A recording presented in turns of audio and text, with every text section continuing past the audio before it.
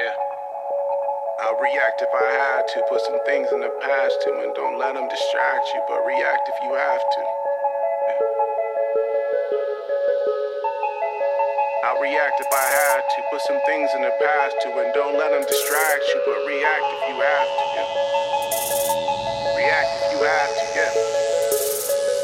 Don't know the time, yeah. Just know that I'm, one of a kind, What's on your mind, What hard to find, Beautiful mind, Still in my prime, Just know that I'm here. 2020, here we are. We're here. I guess that was kind of a shitty intro. But what are you going to do? It's been 2020 since we launched this fucking thing. That's right. Damn. All right. I'm new at this. I'm going to be playing that card. Let me get some fucking miles out of that. So, the reason I said 2020 is because this is a New Year's Eve recap episode of what New Year's Eve looks like for family man Chris Pondoff. Yeah. Can I'm just going to ask you how your New Year's Eve was. You don't have to get detailed. I had a great New Year's Eve. I've heard whispers. Now, here's the thing, and I need to explain this to our listeners, is that I am not an alcoholic. Right. I think that's important to note. We should have probably, yeah. Yeah. Okay, go ahead. I struggle with, I honestly struggle with depression. I struggle with anxiety, but addiction to drugs, to alcohol, not a struggle I have. Awesome. So, with that said, I do partake. Right. Socially. And had a very rousing New Year's Eve. Well, and good into man. the new year. That's and I good. partied with your sister in a not weird way. Thanks. Well, you start to say stuff. Hey, I partied with your sister. It sounds weird. Yeah. We could go there all day. My wife is friends with. Well, we're all friends. Right. In Belleville, being friends means never mind. I'm not from there natively, Happy New Year, so Jeff. I don't know. Happy New Year. That's true. You are a transplant. New Year's Eve for me was uneventful, and that's how we like it now. We, in fact, actually, we made it till midnight, which is a fucking surprise. We let Charlie stay up. He made it to about 12:02, and then we lights out on him. We said, "TV off, let's go." Yeah. Done deal. One of my best man at my wedding, my brother. His birthday is on New Year's Day. Wow. So even when I got fucked up, either it was a blur and it was we crammed New Year's Eve and New Year's Day into one day. At least tried to. Yeah. I would hit it pretty hard on New Year's Day always, and I actually rather always enjoyed it more. It was like I liked being a day drinker for quite some time. We would go to this bar in Belleville called TR's. Is that still there? Absolutely. Okay. Free plug here, TR's Saloon. They, every New Year's Day, have their annual Testicle Festival. And I know it sounds like... pictures on Facebook from that. Right. And no, it's not a big gay bar, which would be fine, but it's not. It's a bull ball eating...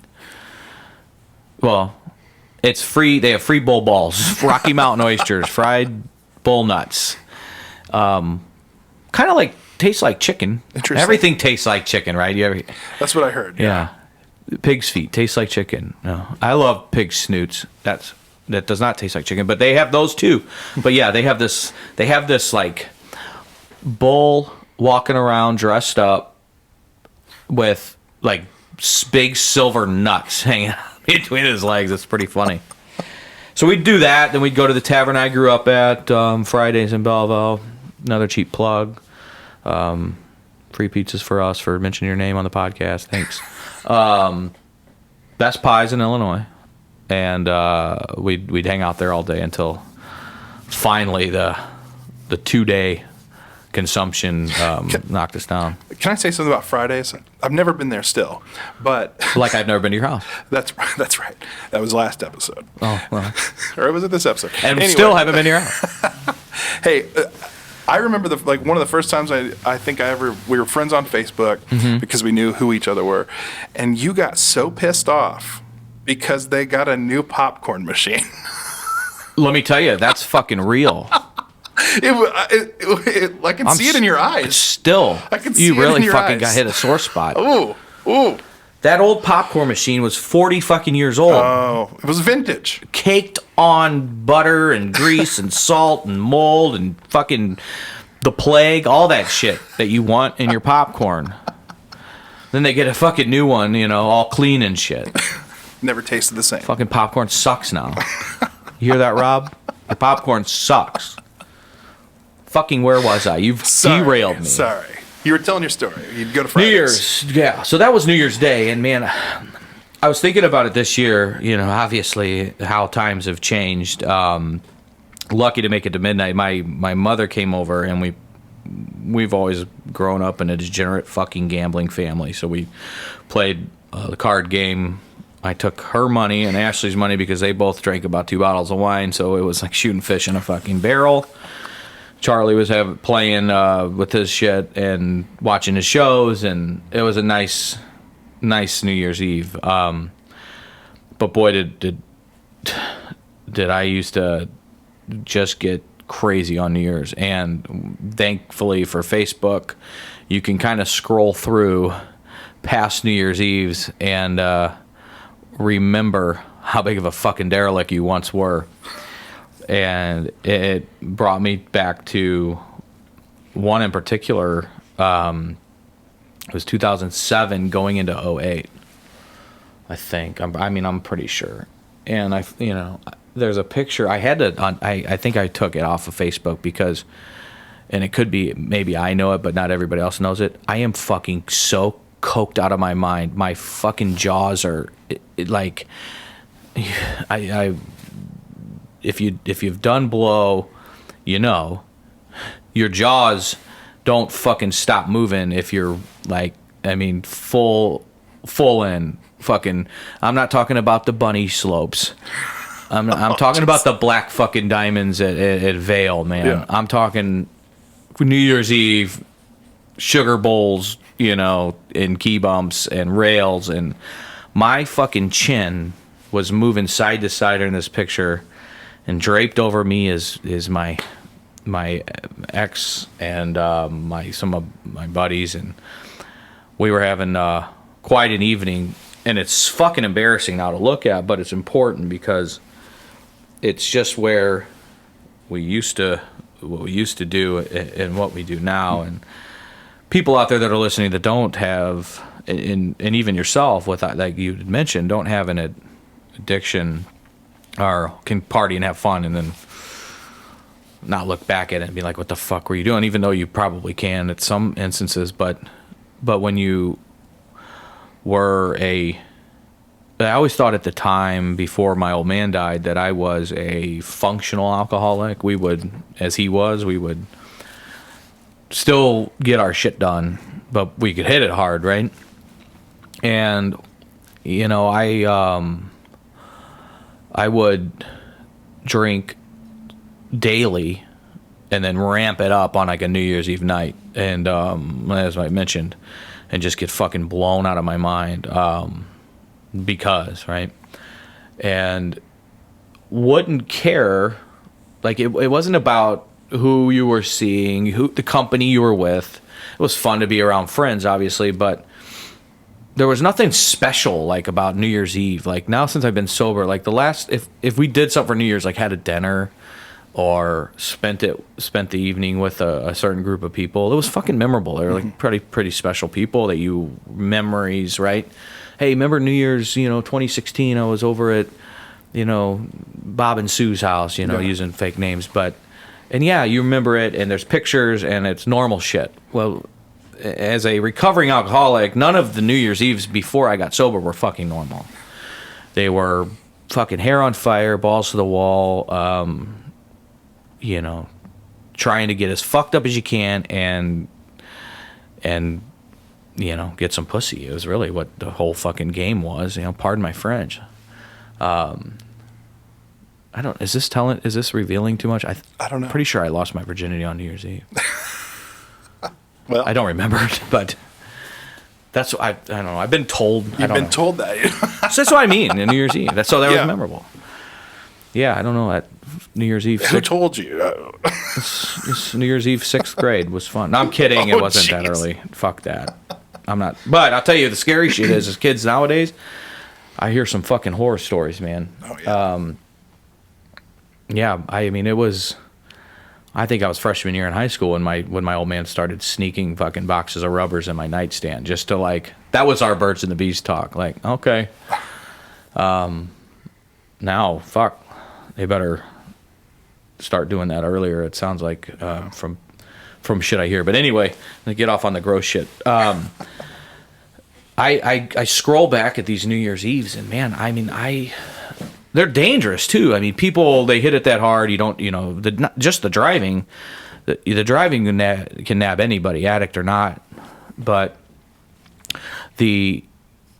for the person like me, that the primary goal was to get as fucked up as possible. It wasn't the people you were with, the dinner that you had, which we do now, that is awesome and you find joy in. Like, if you can't tell, I find maybe a little too much joy in dinner by the fucking belt size that I wear, but we're gonna work on that, right, Jeff? Well, it's a new year. That's right, baby. That's right. So when you're chasing that, when your whole New Year's Eve is focused on how far, XYZ drug and alcohol, like you just don't give a fuck about anything else, and you certainly don't think that you're ever going to enjoy New Year's Eve if you're not getting as fucked up as you possibly can. And looking back and then focusing on the present, man, how wrong is that? Like, I was telling somebody the other day, the job of alcohol or the job of, name that, drugs, chemical, without getting all fucking sciencey on it, its job is to make you think that there's nothing fun if you're not doing it, right? There's nothing. You're not gonna have fun in life on New Year's Eve if you're not fucking drinking a bottle and a half of VO or calling the fucking dope guy to get a couple balls. Like, it's not. That's the job of the drug. Make your brain think that you might as well just fucking stay in bed all night if you're. And then you do that, you're going to feel like a loser. Like, that's the chemical's job on your fucking brain. So for those of you out there that are struggling right now with that shit, you're being fucking tricked. You're being fooled. You're being tricked. By whatever drug it is that you think you have to chase. And we're talking about New Year's Eve because we just got through it. And it's one of the biggest let's go get fucked up nights of the year, right? I know a guy that has 3 kids, and some of them might be listening to this, so I'm not using any names, but all his kids are born in September, and he told me because the only time he got lucky was on New Year's Eve and got his wife all drunk. Apologies out there to those of you that know who I'm talking about. I'm going to pay for this one. Yeah. But we don't edit, Jeff. No. I want people to know that they're listening to this podcast. We don't edit shit. Like, I don't want to do that. Even though sometimes I would like to. We don't do it. I mean, this is, as much as I love Bold and the Beautiful still. I started watching with my grandma. Now me and Fingers watch it. A buddy of mine back home, long story, older guy, we watch our stories. They're all produced. Are you serious about that? I am. Oh my God. Hope got her baby back, Jeff. Okay. All and right. Ridge and Brooke are separated. Is this why your sister's name is Brooke? That's funny you say that, because Brooke in Bold the Beautiful is kind of a character's kind of a fucking slam around, man. I mean, she's fucked everybody. She'd fuck a snake if she could hold it. So I'm telling you, yes, I do watch. Yes, I do. Okay. DVR, the Bold and Beautiful. Make fun of me as you wish. Okay, well, listen. Point is, we don't edit shit. This isn't some professional fucking production on CBS. We got to be authentic. So, sorry to, we're not editing that part out. Sorry, Bob Smith. That's not your name, but you know what I mean, about revealing your birthday and your parents' conception date. Anyway, the point is like so New Year's Eve is the day that like people put on their calendar to go get as fucked up as possible. Yep. And it doesn't. It's the job of the chemical to make you think that you can't have fun on a New Year's Eve if you're not doing it, and that's so much bullshit. You will find joy when you stop doing that shit. I've even got to the point where I find joy in not doing a goddamn. Oops, I shouldn't say. Sorry. Maybe edit that one. No. Yeah, okay. You're right. I think God. Can we edit it? That's not Christian. Let us pray. See, I'm absolved now. Yeah. That's how it works. Feel free to do that when you slip up. Yeah. Every time you see a tweet from the commander-in-chief, say something and say that's not Christian. Anyway, we're not going to touch that shit. Into that. The point is that I find joy in not fucking doing anything. Yeah. Just like even staying home now. And this was even before I got lucky and found a great life partner and did anything like that. Like even finding it was fun to watch the countdowns, like the New Year's Eve countdowns. They count down everything. Yeah. I mean, you fucking go on the 900 channels and find the countdown of the best fucking gangbang, or there's countdowns for everything. They used to have. I mean. You find joy in that shit. I found that was fun sitting on the couch and watching the ball shit on the New York Manhattan Times Square. Yeah. God, sorry, I was drawing a blank, but all that that stuff can become. It sounds boring as fuck right now to those of you that are drinking your life away or whatever you're doing. Like that sounds, but I'm telling you, it's not. Shit like that or whatever the fuck that it is that you enjoy. Binge watching a show, stuff like that is healthy entertainment, which the rest of the fucking country's doing. That's why it's called the entertainment business. It's just not entertaining to us fucking drunks and addicts that like have to live life redlining it. If you stop doing that, you'll start finding joy in that shit. It sounds boring as fuck right now, but it's not. I'm telling you. Watching sports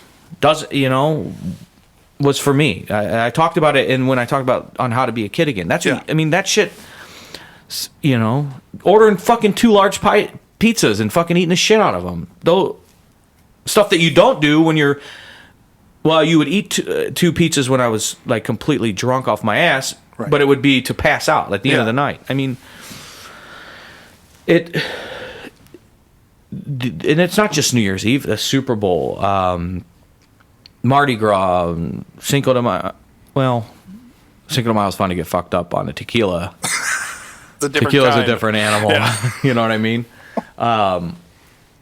St. Pat's. You can even have fun on St. Pat's without drinking. Believe it or not, maybe that's a bad example. St. Pat's. Yeah, I'm gonna say you're gonna have to do a guide to having fun on St. Pat's. Yeah.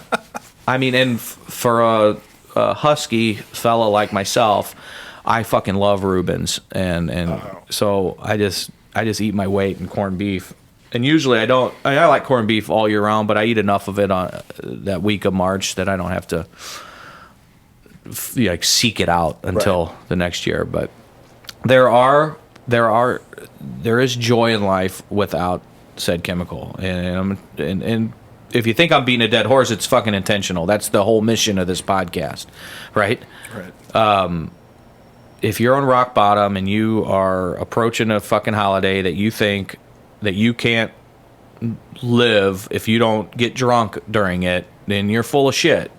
You're victim to you're not full of shit. You're victim to the bottle of whiskey that's fucking with your head, or the button of fucking heroin that you're chasing, or line of blow that you think that you can't live without.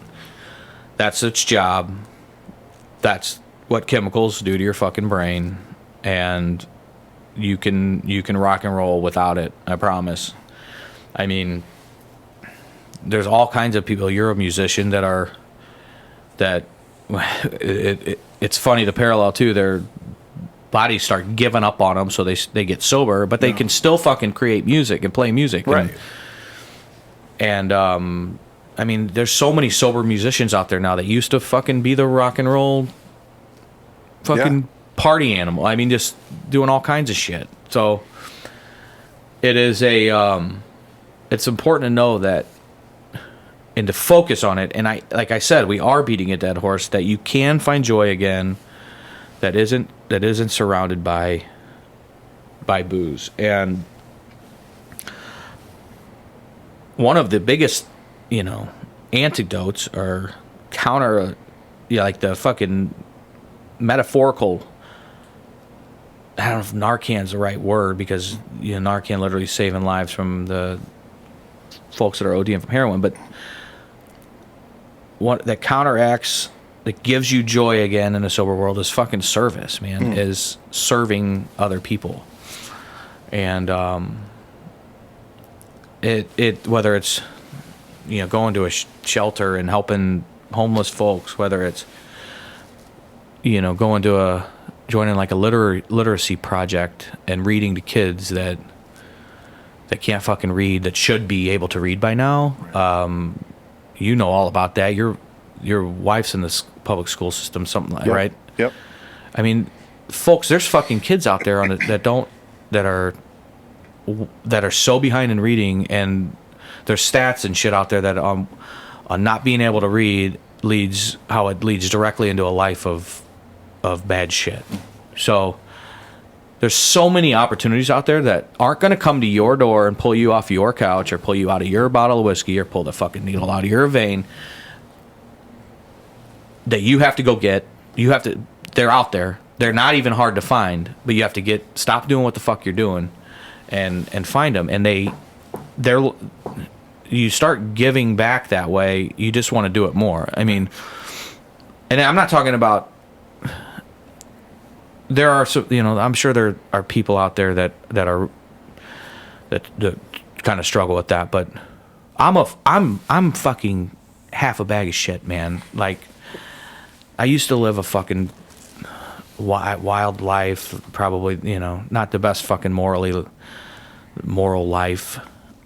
So if I can fucking do it, and I can get off on fucking serving and helping others, whether it's helping out at a church or, to an extreme case of becoming a fucking foster parent, like, if it fuels my fucking fire, there's a lot of, I probably represent, the average people, right? Yeah. I'm not super fucking special. I would argue that my wife is. But not every, but that's a high bar. That's what I mean. The bar is low for this to work in your life. The bar is super low for this shit to work in your life. Serving other people, helping other people, one at a time, and you just start feeling better about yourself. I mean, it's like the fucking Dorothy Wizard of Oz. There was the bad witch and the good witch. This is the good shit, And there's all kinds of opportunities out there for people to help. Email Jeff or I. Yeah. It's on the website, and all that contact information is on the podcast. So email us. Yeah, we'll hook you up. We're always looking for help too. Yeah. I mean, I don't care. This is something easy. Bag up all the fucking clothes you haven't worn in the last year and take them and drop them off somewhere. Yeah. You'll feel good about it. Yeah. That's easy.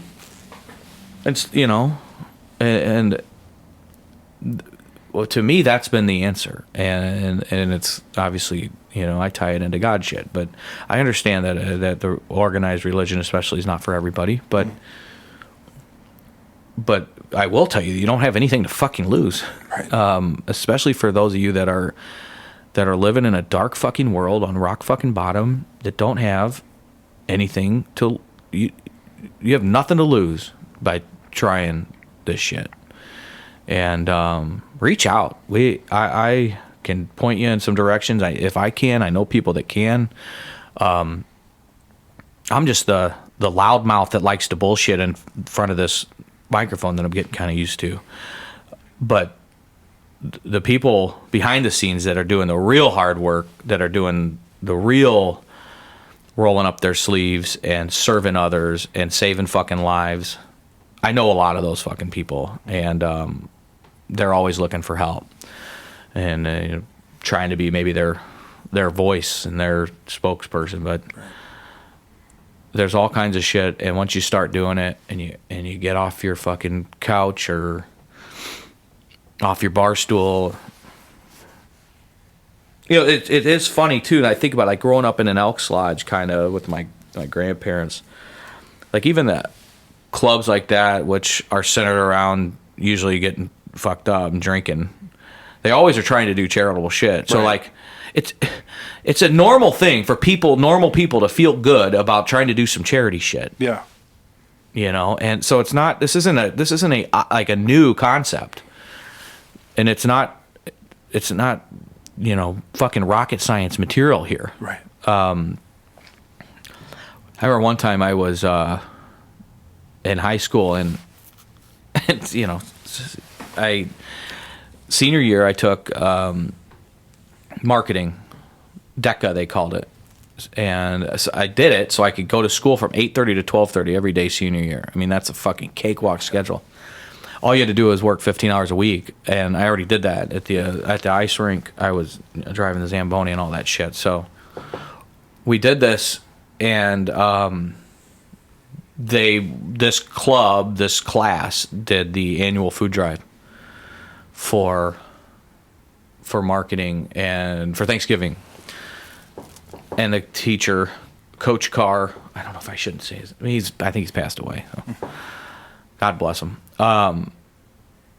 Over in Illinois, he was looking for a volunteer to really run the show here and stage all the food. I think we fed like 30 to 50 families. I don't know. It's a wide range, but it's fucking a long time ago. A lot of fucking brain cells ago. But it was and at the time my old man's house was pretty big and we had a big ass basement. So I was like, fuck, sign me up. And he said there obviously dangled the extra credit carrot. Right. Well, we ended up doing this and I basically had a open door policy in my walkout basement of who could come in and the other students and help out and we end up running this food drive and it started off as a fucking ulterior motive. I'm going to get extra credit. I get out of school, and the next thing you know, we're delivering these. And I was a silver spoon kind of spoiled kiddo, and growing up, man, I didn't want for shit. But taking this food to these houses, people that really needed it, and the look of gratitude on their face, like. It's funny how God, like, he's like, yeah, I'm going to false pretenses get your, just like he did in church. Yeah, I'm going to get you into church so you can be with your old man again. Right. And then it starts working. Hey, Chris, run this food drive so you can get some extra fucking credit. One time that guy walked in on me and my girlfriend in high school one time, though, because the door, it was an open door. Of course, yeah. And organizing food, and we might need to edit that out. Well, I don't know. So we delivered all these turkeys and this food, and it was kind of life changing, and it started from there. Like this is some real fucking shit, and it helps, and it feels good. So there's plenty of opportunity. I challenge anybody out there that is really struggling with some loneliness and shit. Step up. It feels awkward at first. Do something. Join a club that serves others, whatever it takes, and it will start curing that darkness. It will start bringing light into your world. That's a promise, man. So that's about it for this episode. I appreciate everyone listening. I know we've talked the last two episodes about Christmas and now New Year's, and that they're a little dated probably by the time these podcasts get released, but I think they're important. And if something I said was confusing or rambling on. That's just who we are, and I apologize, but feel free to shoot us a note. And if you're looking to get pointed in the right direction, man, there's all kinds of stuff I can kind of help with. And I'll tell you, there's some real joy in life that you can get by helping people out, especially in the recovery industry, I guess if you want to call it that. When you get sober, you tend to want to help people in that are fighting that fight, and it's powerful shit, man. So with that, we'll close this one out. Let us know if you need anything. Thanks for listening. We're gonna keep coming at you guys. Stick around. Everyone knows someone that knows someone that is really fucking struggling, and we're gonna get some guests on here real soon and dive into some grief shit that hopefully we can help some people. Give us a call, give us a shout. God bless you all, and as always, let us pray. Amen.